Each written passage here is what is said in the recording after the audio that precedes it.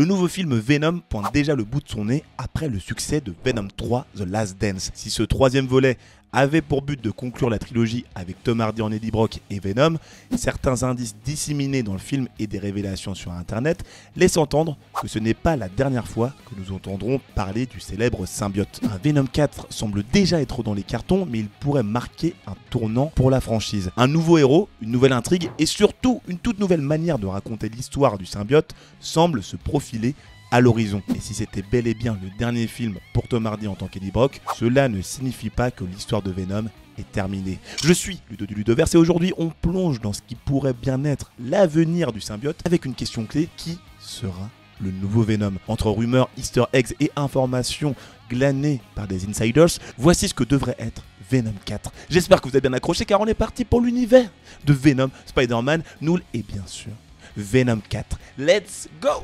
Déjà avant tout, comment se fait-il que Venom puisse revenir alors que tout semblait indiquer que son histoire arrivait à terme à la fin de Venom 3? La réponse se trouve évidemment dans les événements de ce dernier volet, mais également dans ce que nous savons de l'univers Marvel et Sony. Petit rappel rapide, à la fin de Venom 3 The Last Dance, Eddie Brock et Venom faisaient face à une armée de xénophages, les fameuses créatures créées par Null, le dieu des symbiotes, et pour les vaincre, Venom n'a eu d'autre choix que de se sacrifier.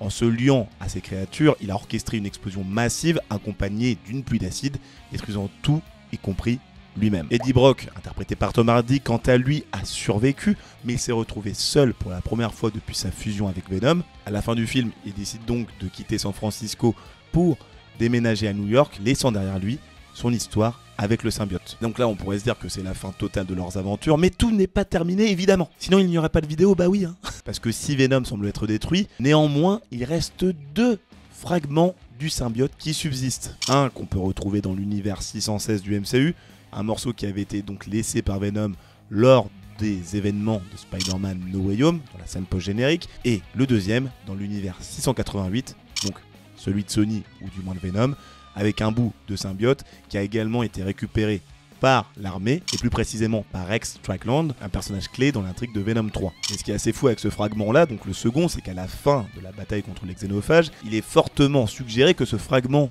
il ait été libéré et se soit lié avec un petit cafard. Oui voilà, parce que c'est Sony, on fait des trucs marrants, on fait que des trucs marrants, y a pas de problème. Et aussi étrange donc que cela puisse paraître, cela ouvre la porte à une nouvelle histoire où ce fragment pourrait trouver un autre hôte qui a potentiellement été déjà présenté dans les films Spider-Man ou Venom, mais j'en parle juste après, vous inquiétez pas. Mais du coup, dans notre monde à nous, pourquoi Sony se dirait qu'ils vont faire un Venom 4? Ça paraît un tant soit peu évident, parce que oui, au moment où je tourne cette vidéo, eh bien le film a engrangé, donc Venom 3, plus de 450 millions de dollars au box-office pour un budget de 120 millions, ce qui fait que Venom 3 est un succès et prouve encore que la formule fonctionne et que les gens vont voir les films Venom encore et encore et encore. Malgré leur qualité désastreuse, ça, on ne leur retirera pas.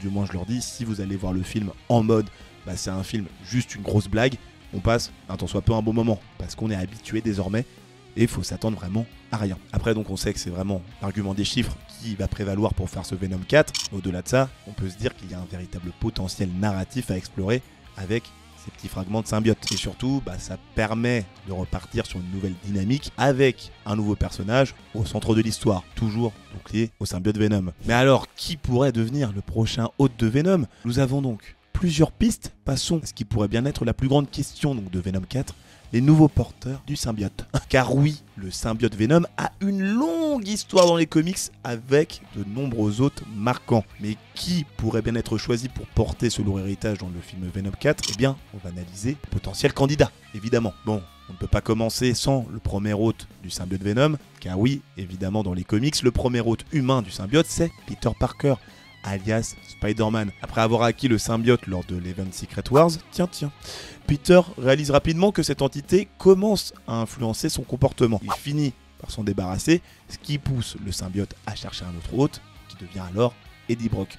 Et dans le MCU, l'idée d'un lien entre Spider-Man et Venom a été teasée à plusieurs reprises, et ça hype vraiment les gens de ouf, notamment donc dans Spider-Man No Way Home, où il y a le fameux bout de symbiote que je vous ai présenté précédemment et qui pourrait donc se lier à Spider-Man alias Peter Parker.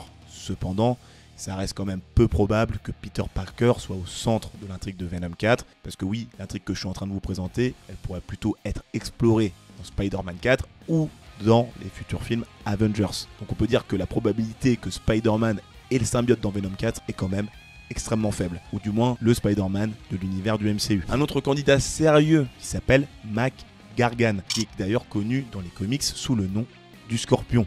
Car oui, Gargan dans les comics devient le porteur de Venom après Eddie Brock. Et en tant que Venom, Gargan a une véritable force brute, souvent associée aux équipes comme les Dark Avengers ou les Thunderbolts, qui vont d'ailleurs jouir d'un film dans pas longtemps. Et dans le MCU, Gargan, il est déjà présent car il a été introduit dans Spider-Man Homecoming et qui a été incarné par l'acteur Michael Mando. Même si dans le film il n'a pas encore adopté son identité de Scorpion, son retour avec le symbiote Venom pourrait être une intrigue fascinante, ou du moins intéressante, ou du moins sympathique. Ou du moins, on l'apprend comme on peut. Bon voilà, enfin ça peut créer une histoire quoi.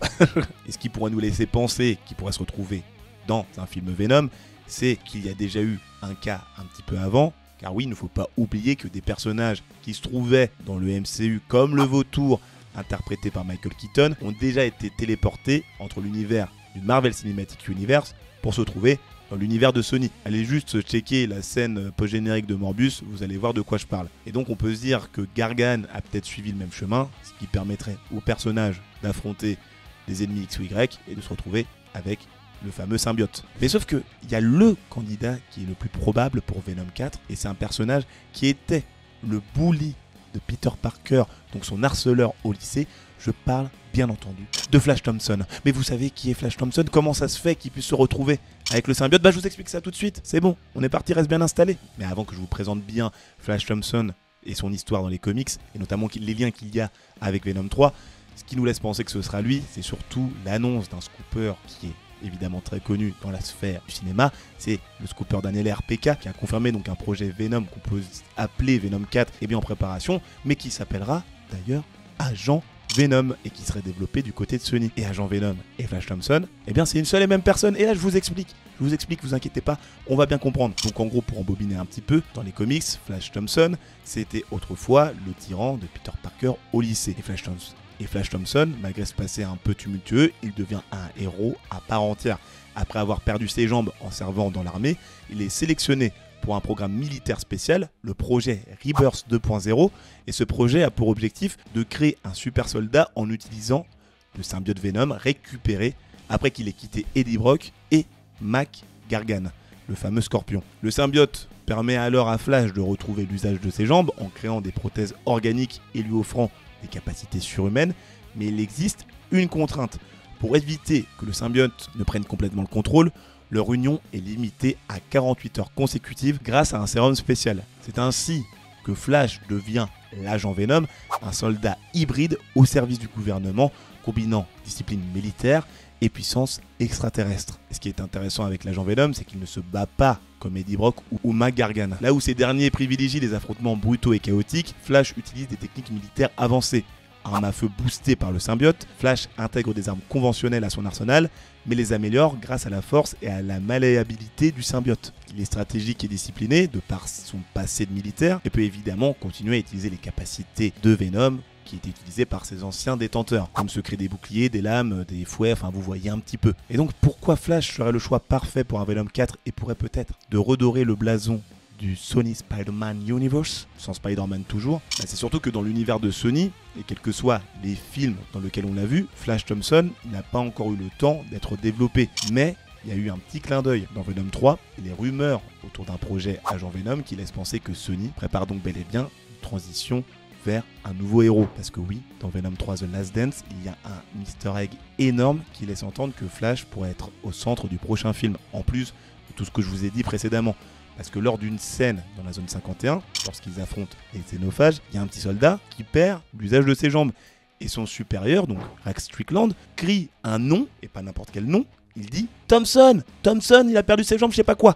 Cette référence pourrait donc indiquer une petite transition vers ce fameux soldat, ce fameux héros que va devenir Flash Thompson en tant qu'agent Venom. Et puis ça permettrait également de faire évoluer la franchise avec une approche plus militaire et sérieuse si Sony décide vraiment d'aller dans cette direction, ce qui fera plaisir. Et ça permettrait d'ailleurs de se connecter directement avec les anciens films Venom, même si on veut les oublier, mais bon, ils sont là, on fait avec. Et ça permettrait aussi surtout de développer les conséquences de l'utilisation des symbiotes qui avaient déjà été teasées dans les films Venom et voir ce que pourrait en faire l'armée directement. Et pour ça, j'ai envie de dire, il y a du potentiel. Même si c'est Sony qui développe, il y a de quoi faire quoi. Puis bon, on peut aussi se dire que l'agent Venom, il pourrait se retrouver à affronter ou même aider d'une certaine manière Knull, le dieu des symbiotes. Parce que oui, à la fin de Venom 3, la fameuse scène post-crédit laissait entrevoir la possibilité de voir Knull, le dieu des symbiotes, devenir la prochaine grande menace du Sony Spider-Man Universe, voire peut-être du MCU à suivre. Cependant, ce qui posait problème, on se rappelle, c'est que Knull, il n'a pas pu être libéré à la fin du film, étant donné que le codex, donc la clé qui permet de le libérer, elle a été détruite d'une certaine manière, étant donné que Venom, il est décédé. Et je vous le rappelle, pour que le codex soit créé, il faut